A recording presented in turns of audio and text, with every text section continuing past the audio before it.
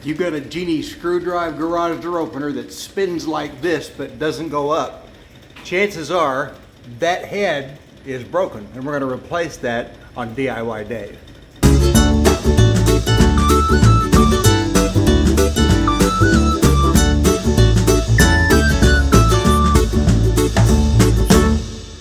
This is the replacement head for that unit. Those geared teeth fit into the screw drive shaft, so when it spins, that pulls or pushes the door open and closed, and that string engages whether this mechanism is locked into the shaft or not. All that you have to do is remove that bolt at the end of the guide rail, swing the arm over, slide the old unit off, put the new unit on, and it should be a pretty quick replacement. It'll take me a little bit longer because for some reason my particular opener sags a little bit, and I had to put in a little reinforcement there a long time ago. Most people won't have that, so it's not that big a deal. Since mine is unique, I won't cover that, but we will in just a moment get after that and get that replaced and put this new thing on. But the only thing you have to be aware of is that it can be a little bit of a greasy procedure. Picked this up off of Amazon for about $19. As I was editing the video, I did check and found the original Genie part is available for about 20 bucks off of Amazon. Okay, this is a 7/16, at least for my garage door opener, this is a 7/16 inch bolt. So we're just going to loosen that.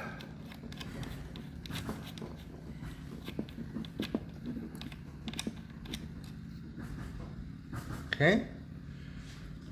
And then we come over here to the old Carrier and remove the cotter pin that holds it in place. Trying to keep my fingers out of the camera range.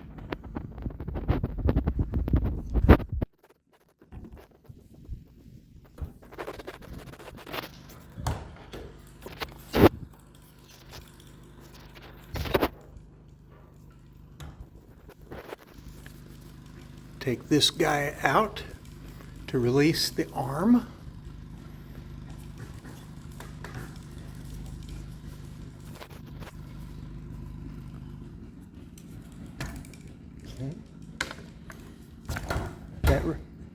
There. Take that little mechanism. So this is now free. Now we just need to swing this over enough to slide this guy out. Got this loose.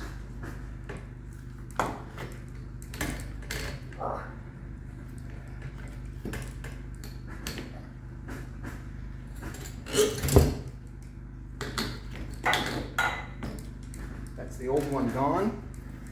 Now you got to remember, if you've got magnetic stops, you got to get this little magnet out because the one off of Amazon does not include the magnet.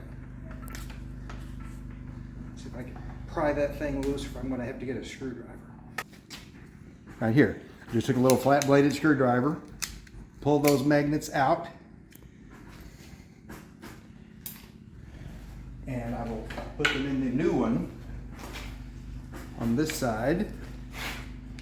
Right there, and right there. There, and they wedge in by a friction fit. So this is ready to install. So all we have to do now is reverse the procedure. Lift this guy up.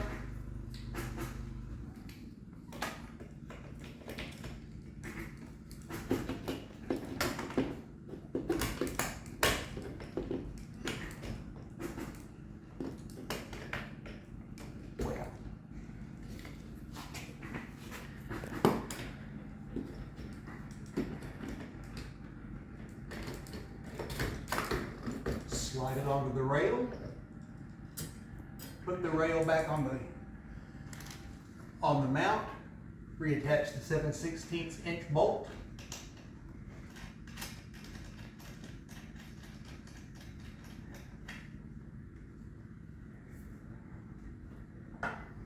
And then just take the connecting pin, put the rod back in the connecting pin.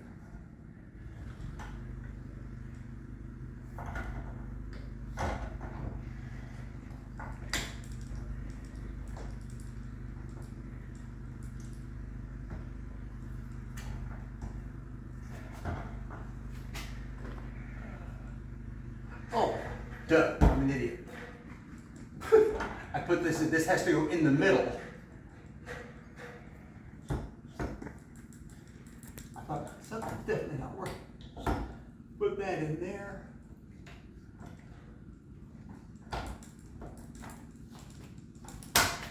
Slide it through and restore the cotter pin. And then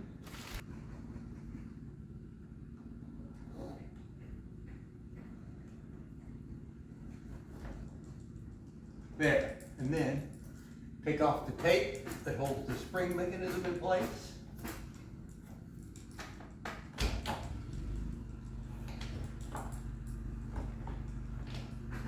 See if that does. What's wrong?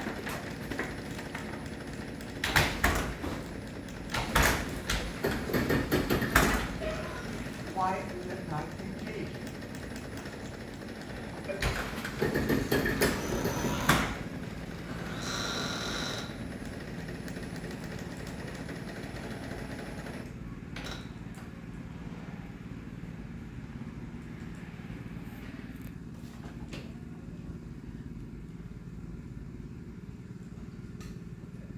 It's action is backwards. What's wrong?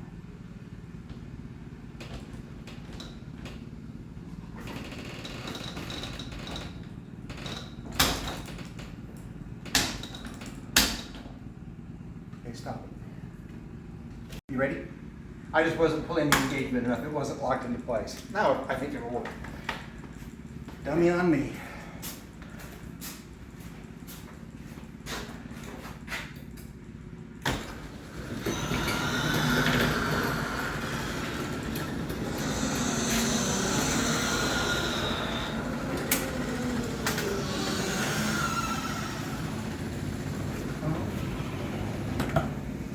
All fixed.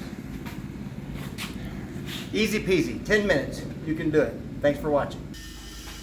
Just as a little failure analysis mode, when you try to engage the old bracket, only half of it comes up. So the mechanism comes up unevenly. So something inside there has broken.